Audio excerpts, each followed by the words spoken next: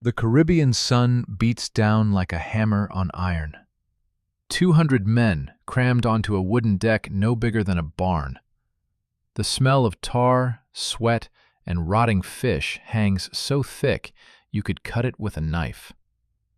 Somewhere below, bilge water sloshes against the hull. A rat scurries across a sleeping man's chest. Nobody flinches. This is Tuesday. 6 months at sea. No land in sight. No fresh food for weeks. The water in the barrels has turned green and moves on its own. And these men are not just surviving. They are hunting. They are the terror of the Atlantic. They are pirates. Watch until the end, and you will learn why pirates filtered chunks out of their drinking water and swallowed it anyway. How a crew turned their own shoes and belts into soup when the food ran out, and what desperate men did in the final days when even the rats were gone. That last part is not for the faint of heart. This is the true story of survival at sea. No romance, no Hollywood, just 200 criminals keeping each other alive long enough to steal from empires. It all started with the one thing that could kill them fastest: water. Before a 6-month voyage, crews spent days rolling massive wooden casks onto their ships. These barrels held 30 to 50 gallons each, heavy enough to crush a man's foot, heavy enough to kill him if one rolled loose in a storm. But filling them was only half the problem. Raw wood poisoned water within a week, left a taste like drinking a rotting tree.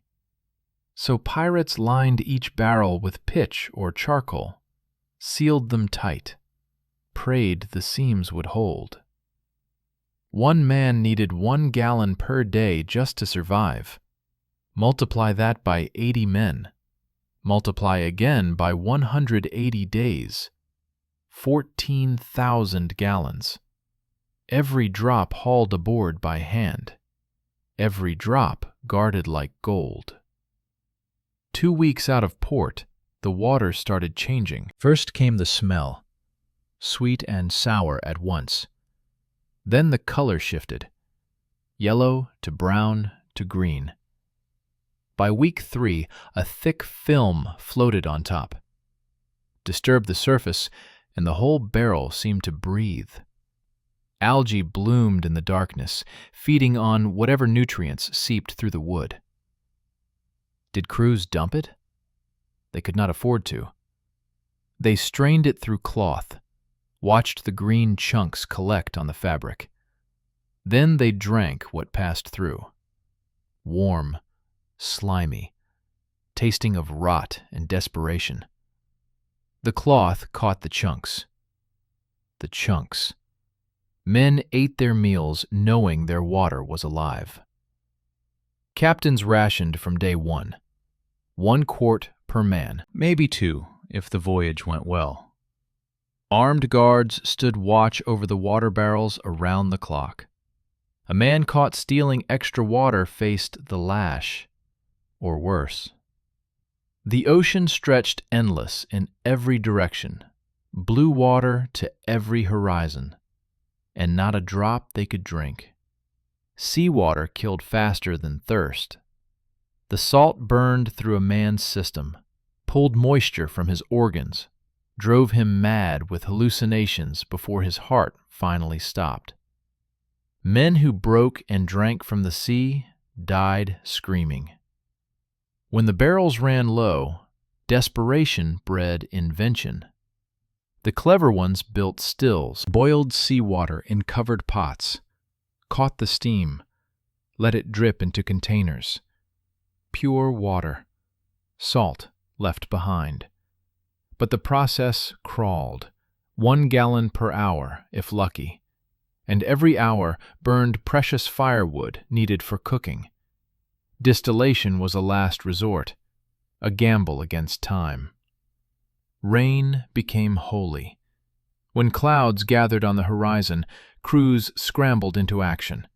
They stretched sails like giant funnels, angling the canvas so water ran into waiting barrels.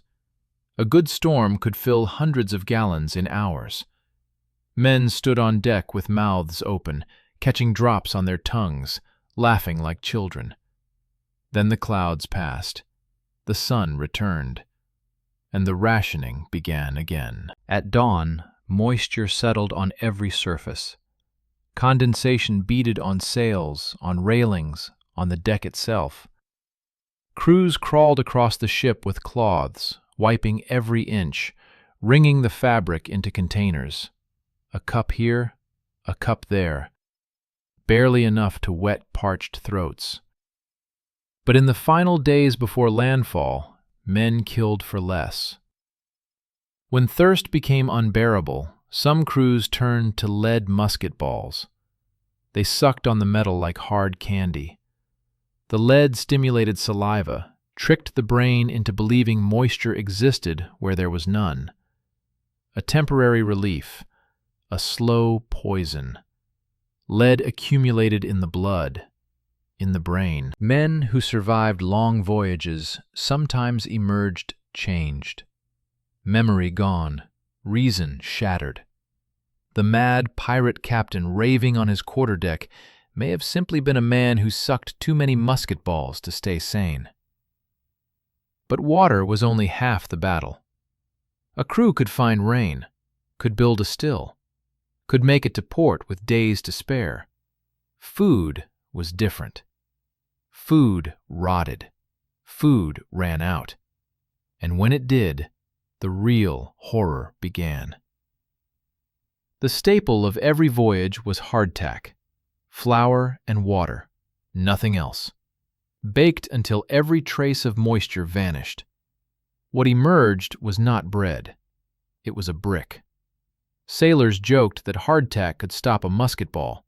Some actually tried. These biscuits could last years. They had to. A ship leaving Bristol in March might not see port again until September. The hardtack baked in January needed to survive July storms and August heat. Men soaked them in water or grog for hours before eating. Without soaking, the biscuits could crack teeth, could tear the inside of a mouth to bleeding ribbons. Captains ordered the ship's surgeon to pull teeth shattered on hardtack more often than teeth lost to scurvy. Then came the meat. Beef and pork arrived in barrels of brine so concentrated it could strip paint. The salt drew every drop of moisture from the flesh. What remained was gray, sometimes greenish, hard as shoe leather. Men carved the stuff into buttons and belt buckles because chewing it required hours of soaking first. The cook would haul meat from the barrel at dawn, dump it into a bucket of fresh water, let it soak through the morning watch. By noon, the meat had softened enough to boil. By evening, it was chewy instead of impossible. But the taste, salt so deep it burned the throat, texture like wet rope, and always the faint sweetness of decay underneath. 3 weeks out of port, the hardtack moved on its own. Weevils, tiny beetles that burrowed into the biscuits and laid their eggs. The larvae hatched in darkness, fed on the flour, grew fat and lazy in the ship's hold. Could crews do anything about it? Nothing. So they adapted. Meals happened in darkness. No candles, no lanterns. What the eye could not see, the stomach could ignore. Men tapped their hardtack against the table before eating, knocked loose the larger beetles, swallowed the rest. Protein was protein. Complaints were for men who had options. Smart captains brought livestock, chickens in cages lashed to the deck, pigs penned near the galley, sometimes goats for milk. These animals ate better than most crew members. Fresh grain, clean water, the captain's orders. Fresh eggs for the officers every morning. Fresh meat when the feed ran out. The common sailors watched the pigs fatten while their own bellies shrank. hierarchy existed even in hunger. Cheese lasted longer than anyone expected.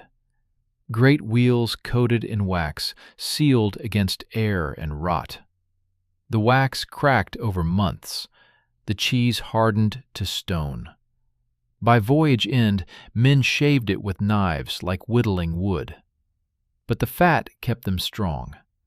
The protein kept them working. A wedge of cheese after weeks of salt pork and weevil bread tasted like a king's feast. And then there was rum. Not for drunkenness, for survival. Rum did not rot. Rum did not grow algae. Rum did not fill with beetles, or turn gray, or taste like death.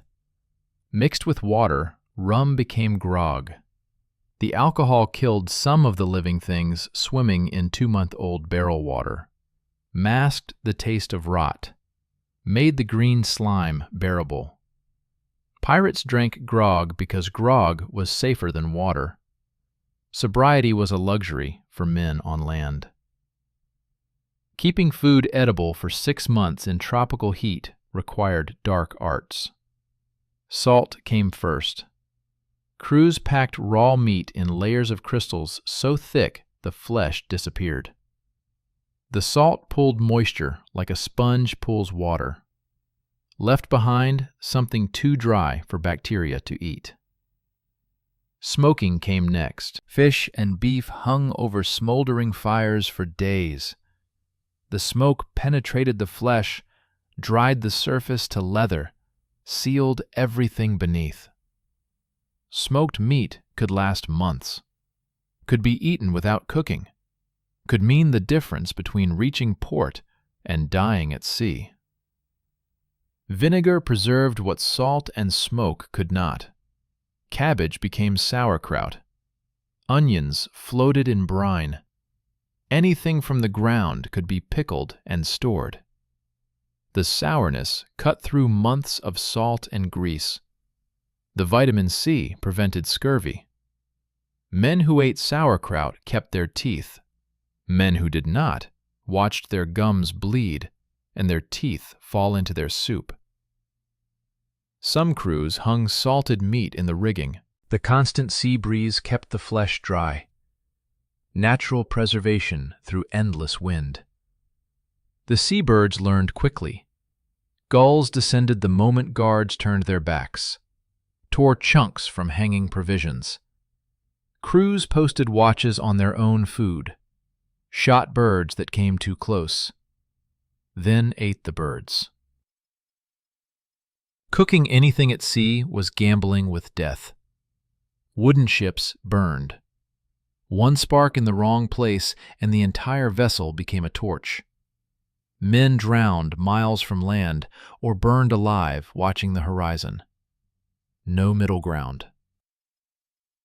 The galley stove sat in a brick-lined box filled with sand. Hundreds of pounds of stone designed to catch any ember that escaped. The whole apparatus crouched low in the ship, where rolling waves were least likely to tip burning coals onto dry planks. Calm weather meant hot food, soup, boiled meat, warm bread if the flour held. Rough weather meant cold everything, no exceptions. A captain who allowed cooking during a storm was a captain who wanted to watch his crew burn. The galley fire went dead at the first sign of heavy seas. It stayed dead until the ocean calmed. Days passed in storms, sometimes weeks. Men ate cold salt pork straight from the barrel, gnawed hardtack without soaking, drank grog that sloshed in their cups with each roll of the ship. No warmth, no comfort, just survival until the weather broke. When temperatures dropped, bodies became furnaces. 20 men in a space meant for 10. Hammocks strung so close they touched. The reek of unwashed flesh and rotting breath filling every inch of air. But warm. Warm enough to survive North Atlantic crossings. warm enough to keep fingers and toes from turning black. Wool clothing was worth more than silver. Wool held heat even soaking wet. Men who stole wool coats from merchant ships wore them until the fabric fell apart. Then they stole more. Nobody slept well at sea. The watch system carved each day into 4-hour blocks. 4 hours on duty, 4 hours off. Around the clock. Every day. Every night. For 6 months. Hammocks swung between beams below deck. Canvas or rope netting that moved with the ship instead of fighting it. A man in a hammock rolled with the waves. A man in a bed got thrown to the floor. But the hammock was only the beginning of the problem. 80 men breathing in a space 20 feet wide. Snoring that echoed off wooden walls. Coughing from men with lung rot. Groaning from men with wounds that would not heal. The constant scratch of men picking lice from their hair. And the smell. Weeks without bathing. Months sometimes. Infected cuts going sour. Rotting teeth. The sweet stink of dysentery from men too weak to reach the deck. During storms or battles, sleep vanished entirely. All hands meant everyone. The cook, the carpenter, the man with fever so high he could barely stand. Everyone worked until the danger passed or the ship went down. Men hauled lines for 20 hours straight, manned pumps until their arms gave out, collapsed where they stood when it finally ended, on coiled rope, against cannons, face down in bilge water. The body simply stopped and demanded rest. Veterans learned to sleep anywhere, standing up wedged between barrels, sitting on coils of rope, curled in spaces so small a dog would complain. 30 seconds was enough to close their eyes. 30 seconds of darkness before the next wave of work began. Every wooden ship leaked. Water found every gap, every seam, every place where wood met wood and the sea pushed through. The question was never whether the ship was leaking. The question was whether the crew could bail faster than the ocean could fill. Oakum sealed what it could. Old rope shredded to fibers and soaked in hot tar. Sailors hammered this sticky mess into every crack they could find, pound by pound, inch by inch. The tar smell never left their hands. The ship's carpenter earned his wages in terror. A hole below the waterline, a plank cracked by cannon fire, a seam split by years of salt and stress. The carpenter patched it all. Sometimes waist deep in rising water, sometimes in complete darkness. Sometimes with the ship heeling so far over, he worked sideways on a wall that should have been a floor. Good carpenters never went hungry. Crews protected them like treasure. A ship without a carpenter was a ship waiting to sink. When repairs could not keep pace with leaks, pumps ran around the clock. Hand-cranked bilge pumps in the lowest part of the hull. 2 men at a time working the handles until their shoulders burned. 4-hour shifts. Then another pair took over. Then another. The rotation never stopped in heavy weather. The moment pumping slowed, water rose. The ship sat lower. Lower ships took bigger waves. Bigger waves brought more water below. A losing battle fought one bucket at a time. Every few months, the ship needed full repairs. Careening meant finding a hidden beach, waiting for low tide, and pulling the vessel onto its side. Exposed the entire bottom, scraped off barnacles that slowed the hull, replaced rotten planks, sealed everything fresh with tar. But a careened ship was a helpless ship. Cannons pointed at empty sky, crew scattered on sand. Days of vulnerability while the work finished. Navy patrols knew where pirates careened, knew when they would be defenseless. Many pirates died on those beaches, caught with their ship half repaired and nowhere to run. Storms killed more pirates than the Royal Navy ever did. When the sky turned black and the sea rose like mountains, nothing mattered but surviving the next hour. The first task was getting sails down before wind tore them apart. That meant climbing rope ladders 100 feet above the deck. In 60-mile-per-hour gusts, rain hammering sideways like thrown gravel. The ship pitching so violently the mast swung 20 feet in each direction. One slip meant death. Not onto the deck, over the rail, into churning water where no one could save you. Men watched shipmates fall and kept climbing. The sails had to come down, or everyone died. Smart sailors tied themselves to solid wood. Storm waves did not splash over the rail. They crashed across the entire deck. Walls of water with enough force to sweep men into the ocean like leaves in a gutter. A rope around the waist kept you aboard, kept you alive to work the pumps and haul the lines and do whatever the ship needed to survive. Sometimes the only choice was running. Turn the stern toward the storm. Let the wind push you wherever it wanted. Lose control of direction entirely. But save the masts. Save the rigging. Save the ship to fight another day. Better to end up 200 miles off course than at the bottom of the sea. Caribbean waters turned murderous between June and November. Hurricanes appeared without warning, blue sky to black death in hours. Whole fleets vanished. Ships found weeks later, upside down, crew gone, cargoes scattered across 100 miles of ocean.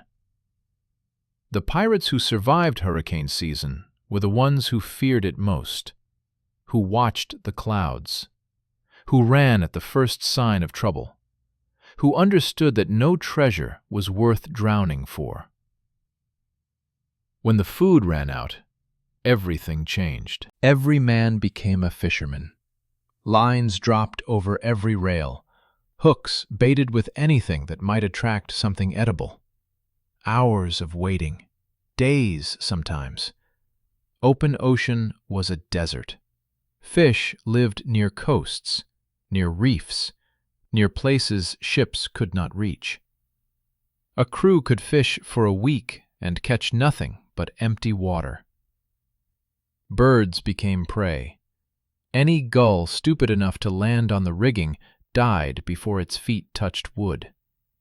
Men sat motionless for hours, arms ready, waiting for wings to fold and a body to settle close enough to grab. Seabird meat was stringy, oily, tasted like the fish the bird had eaten, but it was meat. It was calories. It was another day alive. Then came the leather. Belts went into the pot first, then shoes, then anything made of animal hide. Boiled for hours until the leather softened to something teeth could tear. The nutrition was almost nothing, but chewing something solid kept men sane when their bodies were starving. The rats that had stolen grain for months became meals themselves. Crews organized hunts in the hold, drove the vermin from their hiding places, killed them with clubs and bare hands, roasted them over small fires, ate every scrap, including the bones. Rat meat was dark, gamey, better than expected when you had not eaten in 4 days. Some ships never found land, never caught fish, ran out of rats and leather and hope.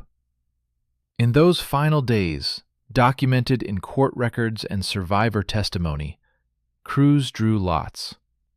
Short straw died so others could live. This was not common, but it happened enough that we have accounts. Men who testified openly about what starvation drove them to do. No shame, only the grim mathematics of survival. 3 men might live if 1 man died. The numbers made the choice. The lucky ones spotted land before reaching that point. Any beach meant salvation. Turtles were the greatest prize. Slow, heavy with meat, easy to catch. 1 large turtle fed 10 men for a day. Coconuts provided water and food at once. Crabs crawled on every rock. Birds nested in every tree. Men who had been walking skeletons gorged until they vomited, rested, gorged again. The human body recovered faster than seemed possible. A week of eating and rest transformed dying men into functional sailors, strong enough to repair the ship, strong enough to hunt again. Survival meant nothing without profit, and profit meant finding ships worth taking. The crow's nest extended vision for miles. A lookout 100 feet above the deck could see 12 miles to the horizon, 4 times the range of a man standing on planks. Pirates stationed their sharpest eyes up there for hours, scanning, waiting, looking for the speck of sail that meant wealth. Random searching was suicide. The ocean was too vast, the targets too scattered. But pirates knew where ships had to travel, understood the wind patterns that made certain routes faster than others, positioned themselves at choke points where shipping funneled through narrow passages. The Straits of Florida, the Windward Passage, channels where treasure ships had to pass. Highway robbery on water. Wait long enough, and the gold came to you. Information was worth as much as cannons. Spies worked port taverns, bought drinks for sailors with loose tongues, learned which ships carried silver and which hauled lumber, departure dates, cargo manifests, crew sizes, cannon counts. Dock workers took bribes to pass along shipping schedules. Harbor officials sold customs records. Colonial governors provided safe harbor and advance warning of naval patrols. The line between legal privateer and illegal pirate often came down to which official had been paid that week. Stolen cargo was worthless if you could not sell it. Walk into a respectable port with Spanish silk still bearing the crown's seal, and the only thing waiting was a noose. Stolen goods needed laundering, needed transformation, needed to become legitimate before anyone would touch them. Fences operated in lawless ports: Nassau, Port Royal, Tortuga. These were not back-alley criminals. Many wore fine clothes and lived in big houses. Respected merchants who asked no questions about where goods came from. They paid 10 cents on the dollar, maybe 30 for rare items. A chest of silk worth 1,000 pounds became 200 in a pirate's pocket. The fence took the risk of selling it clean. The pirate took whatever he could get. Identifiable items died in furnaces. Silver candlesticks with family crests became anonymous ingots. Gold jewelry with recognizable designs melted into plain bars. What emerged could have come from anywhere. No merchant in the Caribbean was going to test whether that silver used to be some duchess's tea service. The corruption reached the highest levels. Colonial governors issued fake paperwork for the right price. Stolen sugar became legitimate Jamaican export. Pirated tobacco received official customs stamps. One signature and a bribe turned a wanted criminal into a respectable trader. Some governors earned more from pirate kickbacks than from their official salaries. The system worked for everyone except the original owners. Captured ships were prizes worth more than their cargo. A stolen vessel got new paint.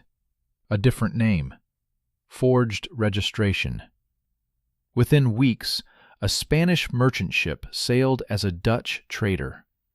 The transformation was so complete that pirates sometimes accidentally attacked ships they had sold years earlier.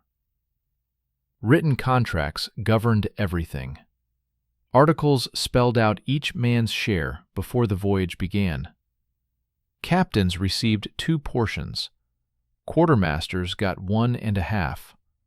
Common sailors got 1 each.